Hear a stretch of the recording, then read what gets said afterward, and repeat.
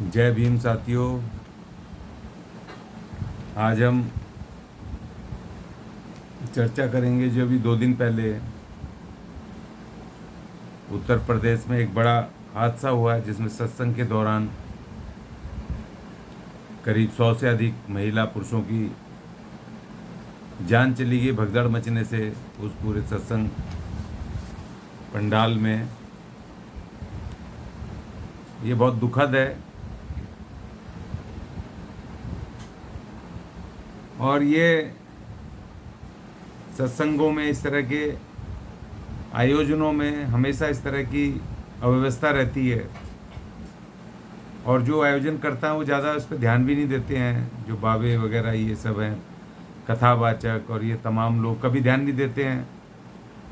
क्योंकि वो सब दुखी परेशान लोग हैं। वो भगवान उनको उनकी सुरक्षा करेगा, भगवान देगा, भगवान पे डाल देते हैं। ये बहुत अपने आप में एक बहुत ही ये अजीब बात है कि भारत में जो अध्यात्म का देश है, इसमें तमाम तरह के अलग अलग बाबाएं आ जाते हैं, जो कि अपनी अपनी वो एक तरह की दुकानें खोल लेते हैं। और बाबा साहब इन सब के बहुत खिलाफ थे और उन्होंने बाबा साहब ने ये 1936 में ही हिंदू धर्म के लोगों को उन्होंने 5 ऐसे सुझाव दिए थे कि हिंदू धर्म को प्रबल करने का, एकताबद्ध करने का और उससे अंधविश्वास को ख़त्म करने का, और ऐसे लोगों से, बाबाओं से और इस तरह के जो स्वयंभू अपने आप बन जाते हैं, भगवानों के कथावाचक बन जाएंगे, भगवानों के पुजारी बन जाएंगे, मठ खोल लेंगे, वो तमाम उसमें उसके ऊपर रोक लगे। तो बाबा साहब ने उस समय अपने हिंदू भाइयों को उनको कहा था, उन्होंने बाबा साहब ने, और उन्होंने ये भी कहा था कि धर्म की आवश्यकता व उपयोगिता के संबंध में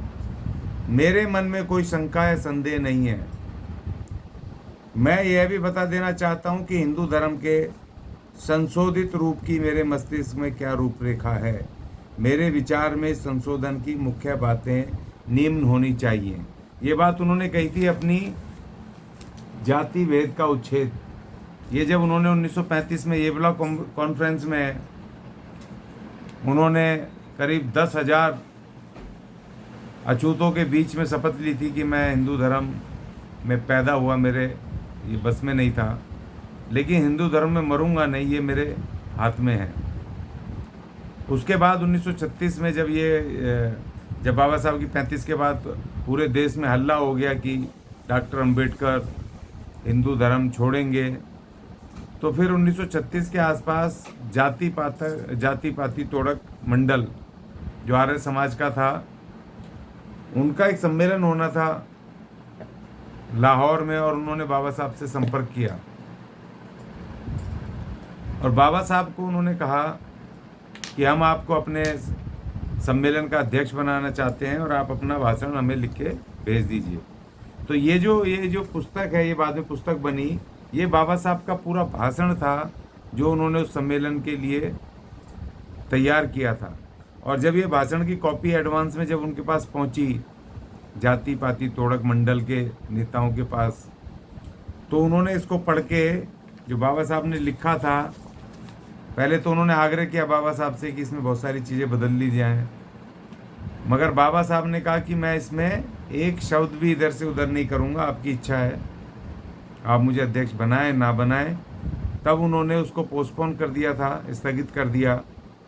क्योंकि बाबा साहब ने इसमें ये भी लिखा था कि भाई मैं तुम्हारा आपका सहयोग करूँगा, लेकिन मैं धर्म तो छोड़ने वाला हूँ। तो ऐसी बहुत सारी चीज़ें थी आपत्तिजनक जो उनको लग रही थी, हिंदू धर्म के विरुद्ध बहुत सारी चीज़ें लिखी थी, और ये भी उन्होंने लिखा था। और ये जो सुझाव मैं बताने जा रहा हूँ पढ़ के बाबा साहब के, ये प्योर जो सुझाव थे हिंदू धर्म को ताकतवर करने का,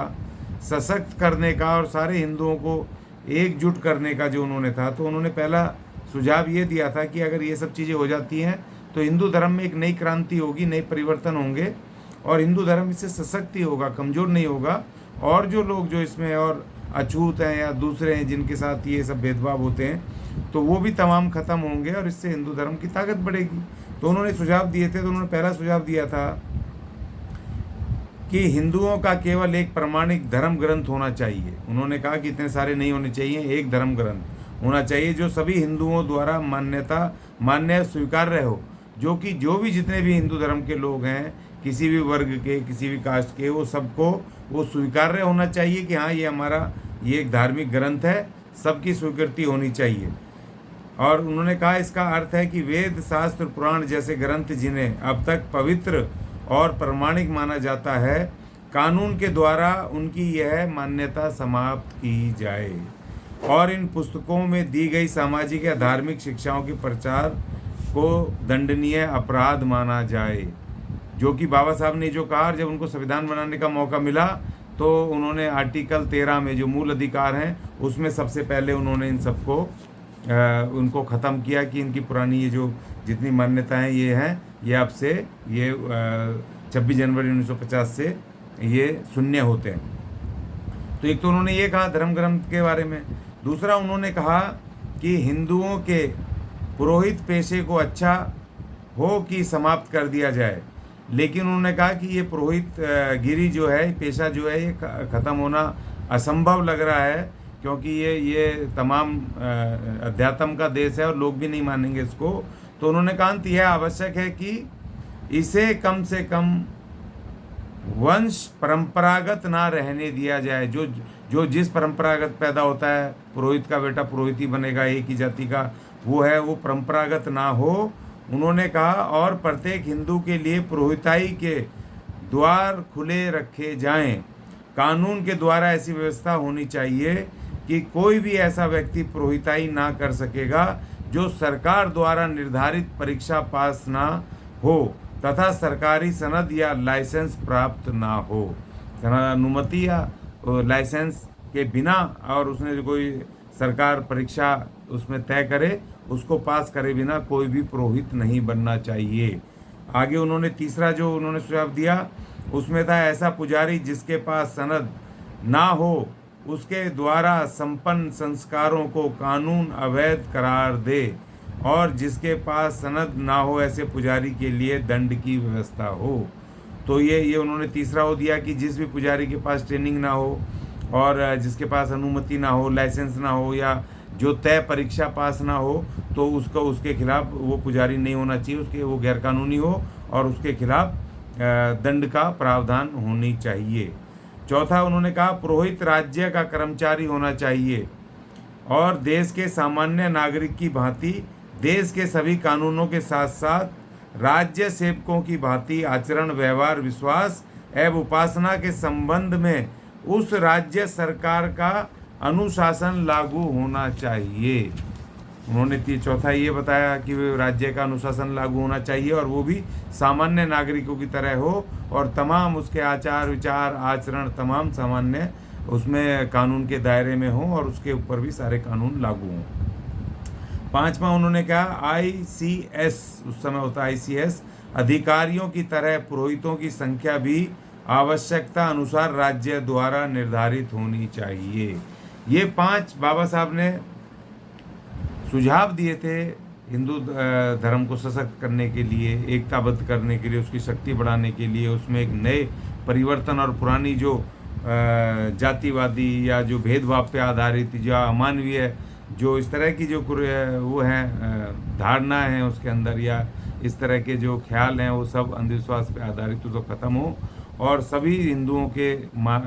सहमति से और उनके मानने द्वारा किया हुआ एक धार्मिक ग्रंथ हो। और ये पुरोहित अर्थात ये बाबा, ये जो दुकान खोले बैठे हैं, ये तमाम इस तरह अपनी मर्जी से ना हो कि स्वयंभू कोई भी बन के बैठ करके दुकान खोल लेता है और शोषण करता है महिलाओं का खास तौर पे, क्योंकि महिलाएं इस देश में अध्यात्म से बहुत जुड़ी होती हैं। और दूसरी बात, भारत में महिलाएं ज़्यादातर हाउसवाइफ होती हैं, घरों में रहती हैं, उनके पास ज़्यादा कुछ काम होता नहीं है। अपने घर के बर्तन भांडे मांजे, काम किया, भोजन बनाया, साफ़ सफाई की, थोड़ा बहुत काम किया, तो उनके पास समय ज़्यादा रहता है। तो इसलिए वो उन बाबा बागाओं के चक्कर में वो ज़्यादा पड़ जाती हैं और जो इस तरह के, वो तो सम्मान में जाती हैं, धार्मिक विचार को लेके जाती हैं, लेकिन वहाँ पर आप देखते हो कि बहुत सारे ऐसे केसेस हुए हैं कि महिलाओं के शोषण होते हैं और व्यभिचार होता है, बहुत सारी गलत चीज़ें होती हैं, बहुत सारे बाबाओं के खिलाफ केस चल रहे हैं। तो ये खाली एक धर्म की बात नहीं है, तमाम धर्मों की बात है। तो बाबा साहब ने ये कहा था कि भाई इस तरह का अगर आप हिंदू धर्म के अगर लोग अगर इस तरह के कायदे कानून बनाते हैं तो हिंदू धर्म एक मजबूत धर्म बन के उभरेगा, और इस तरह के जो भ्रष्टाचारी व्यभिचारी जो इस तरह के जो लोग हैं उनको किसी भी तरह लोगों को अंधविश्वास में से लूटने का या उनका शारीरिक या आर्थिक या मानसिक शोषण करने का मौका नहीं मिलेगा। तो मेरी भी अपील ये है कि भारत सरकार से कि बाबा साहब ने जो 1936 में ये सुझाव दिए थे हिंदू धर्म को, तो इसको भारत सरकार, क्योंकि आज भारत सरकार हिंदुओं की समर्पित सरकार है, हिंदू धर्म की समर्पित सरकार है, तो मैं उनसे अपील करूंगा कि इन बाबा साहब के इन 5 महत्वपूर्ण इन सुझावों पर विचार करें और हिंदू धर्म के जो उनके पुरोहित हैं या उनके जो शंकराचार्य हैं या जो उनके मुख्य उनके मानने वाले हैं और उनके सरकार, ये सब मिल कर के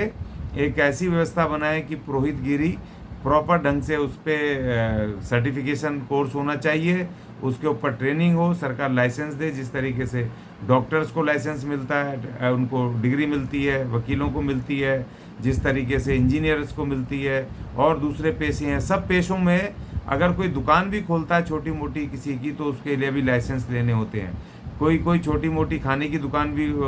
खोलता है, कैंटीन कुछ खोलता है, तो उसको भी फूड लाइसेंस वगैरह या दूसरे लाइसेंस लेने पड़ते हैं, पोल्यूशन के लाइसेंस लेने पड़ते हैं। मगर एकमात्र ऐसा बाबागिरी का ये धंधा ऐसा है कि इसमें कोई भी आ कर के और बैठ कर के जिसको थोड़ा बहुत पता है, नहीं भी पता है, बस वो उल्टे सीधे वो ड्रामे करके अपनी दुकान खोल करके लोगों को, मासूम लोगों को लूटने लगते हैं। और इसी तरह लोग हैं बेचारे जो धार्मिक आस्था रखते हैं, जो साधु संतों में आस्था रखते हैं और जो अपने दुख मुसीबत में वो जात समझते हैं कि भगवान के यहाँ पूजा पाठ करने से, सत्संग सुनने से, कथा सुनने से उनके कष्ट दूर होंगे, उनकी तकलीफ़ें दूर होंगी। इन मान्यताओं को लेकर के दुख मुसीबत से ग्रस्त लोग जाते हैं तो उनका शोषण होता है हर तरह का, और इस तरह से बहुत बार उनको जीवन भी अपना खोना पड़ता है। ये एक बार नहीं, ये बहुत बार हुए हैं। तो मैं इन सब लोगों को श्रद्धांजलि देते हुए भारत सरकार से एक बार फिर मांग करता हूँ कि बाबा साहब ने जो 1936 में इनहेलेशन ऑफ कास्ट में जो पुस्तक उन्होंने लिखी, जो इतना महान उनकी वो ग्रंथ है एक तरह का, और लिखा और उसमें सुझाव दिए हैं हिंदू धर्म के को ताकतवर करने के, उस पर विचार किया जाए और उसको लागू किया जाए। जय भीम, जय भारत, जय संविधान।